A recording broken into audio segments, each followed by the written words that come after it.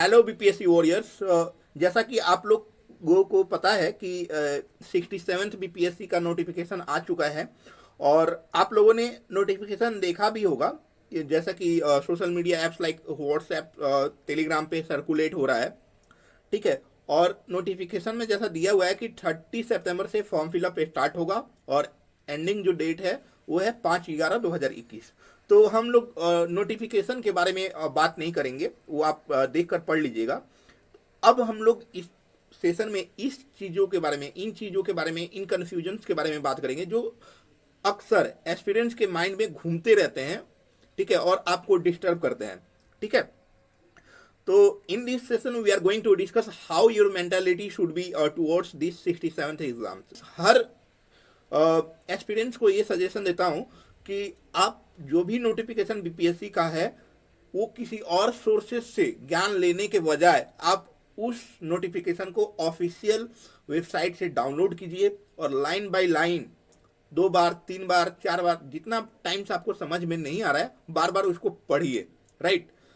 तो जो भी क्राइटेरिया है, जितने भी डिटेल्स हैं, आप वहाँ लाइन बाय लाइन पढ़िए।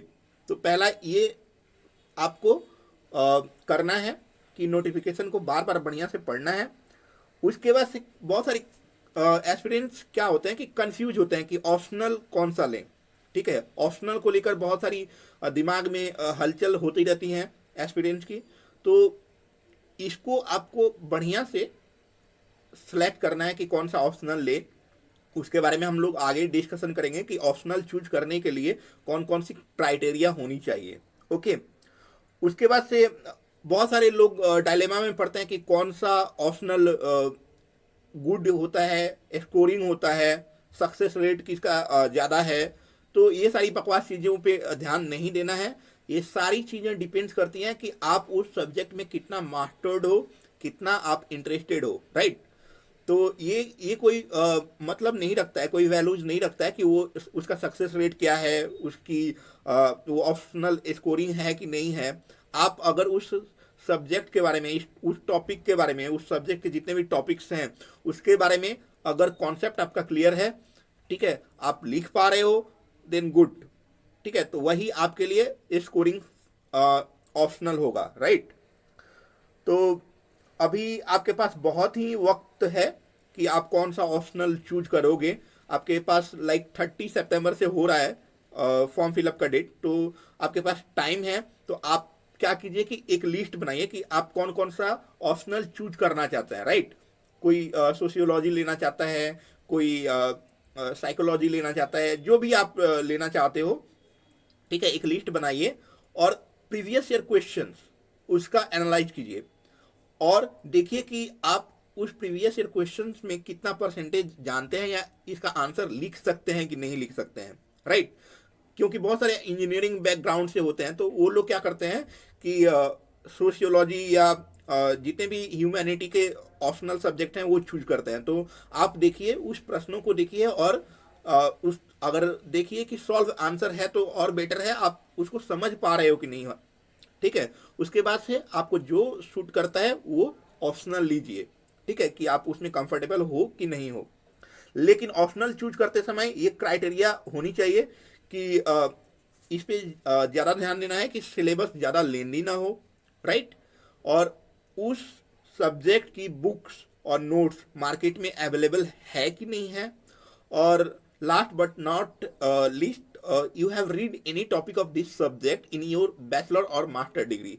अब क्या होता है कि जैसे मैं एक मैनेजमेंट का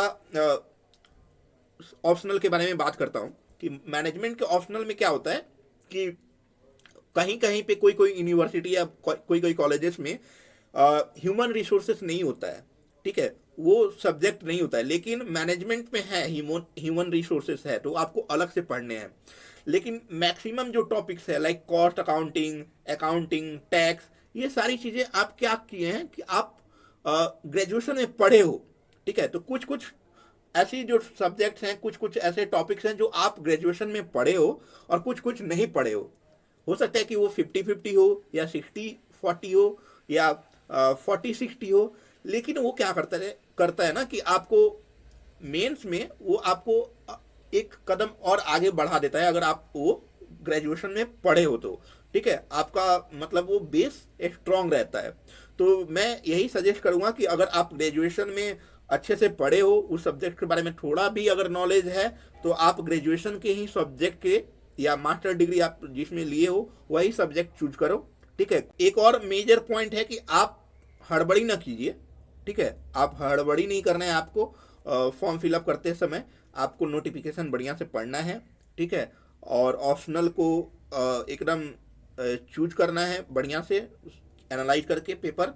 उसके बाद से जितने भी डॉक्यूमेंट्स हैं फॉर्म फिलअप करने से पहले, तो वो डॉक्यूमेंट्स आपके पास रेडी होनी चाहिए, वो आप देख लीजिए। अगर आप रिजर्वेशन के लिए क्लेम कर रहे हैं या कोई कोटा क्लेम कर रहे हैं, जो भी, तो आप वो सारे डॉक्यूमेंट्स अभी से गैदर करना शुरू कीजिए, क्योंकि बिहार में इलेक्शंस हैं, ठीक है, तो डिले होगा डॉक्यूमेंट्स आपको रेडी करने में, और वो फॉर्म फिलअप करते समय आपके पास वो डॉक्यूमेंट्स होनी चाहिए। कुछ कुछ सिली क्वेश्चंस आते हैं, वो आपके दिमाग में बंद हो जाने चाहिए कि विल एग्जामिनेशन डेट भी एक्सटेंडेड। भाई कोई फर्क नहीं पड़ता है, ठीक है, एक्सटेंड हो या ना हो, आप तैयारी करो, ठीक है। मान लीजिए कि एक्सटेंड हो भी गया, 1 महीना 2 महीना एक्सटेंड हो गया, तो आपका 12 दिसंबर तक आपका प्रीलिम्स तो क्लियर हो जाएगा ना, प्रीलिम्स का तैयारी तो क्लियर हो जाएगा, ठीक है। उसके बाद अगर 1-2 महीना ज़्यादा एक्सटेंड होता है, तो आप क्या कीजिए कि आपके जितने ऑप्शनल हैं या जीएस पेपर हैं, उसके स्टैटिक क्वेश्चन जो बार बार रिपीट होते हैं वो तैयारी कीजिए, राइट। उसके बाद से आपका और प्रिपरेशन बूस्ट हो जाएगा, correct. Which optional should choose, तो भाई ये आपको डिसाइड करना है ना, कोई ये थोड़ी बता देगा कि आप हिंदी ले लो, आप इंग्लिश लिटरेचर ले लो। आप देखो, एनालाइज करो previous year question and then decide. आपके पास बहुत टाइम है, ठीक है, तो आप डिसाइड करो कौन सा बेटर होगा, ठीक है। ये डायलेमा में नहीं रहना है, ये गुड एक्सपीरियंस की निशानी नहीं है। ओके, नेक्स्ट है कि should I change optional letter. भाई नहीं, अभी अगर ऑप्शनल लिए हो तो बाद में चेंज नहीं करना है, इसलिए डिसाइड करके बढ़िया से लो आप अपना ऑप्शनल। और कुछ ऐसे मैसेजेस आ रहे हैं कि इसमें डिजायरेबल पोस्ट नहीं है, ये पोस्ट नहीं है, फलाना पोस्ट नहीं है। भाई आप बीपीएससी क्लिक करो, ठीक है, क्लियर करो, कायदे से पढ़ो। ये सब बकवास जो दिमाग में उठ रहा है, ठीक है, उसको हटाओ और बढ़िया से तैयारी करो। निकल गया तो आप उसमें अगले साल या कभी और जो प्रमोशन का एग्जामिनेशन होता है उसमें बैठ के अपना प्रमोट कर लो। अभी से 30 मार्क बनने की क्या जरूरत है, राइट। तो आज के लिए बस इतना ही।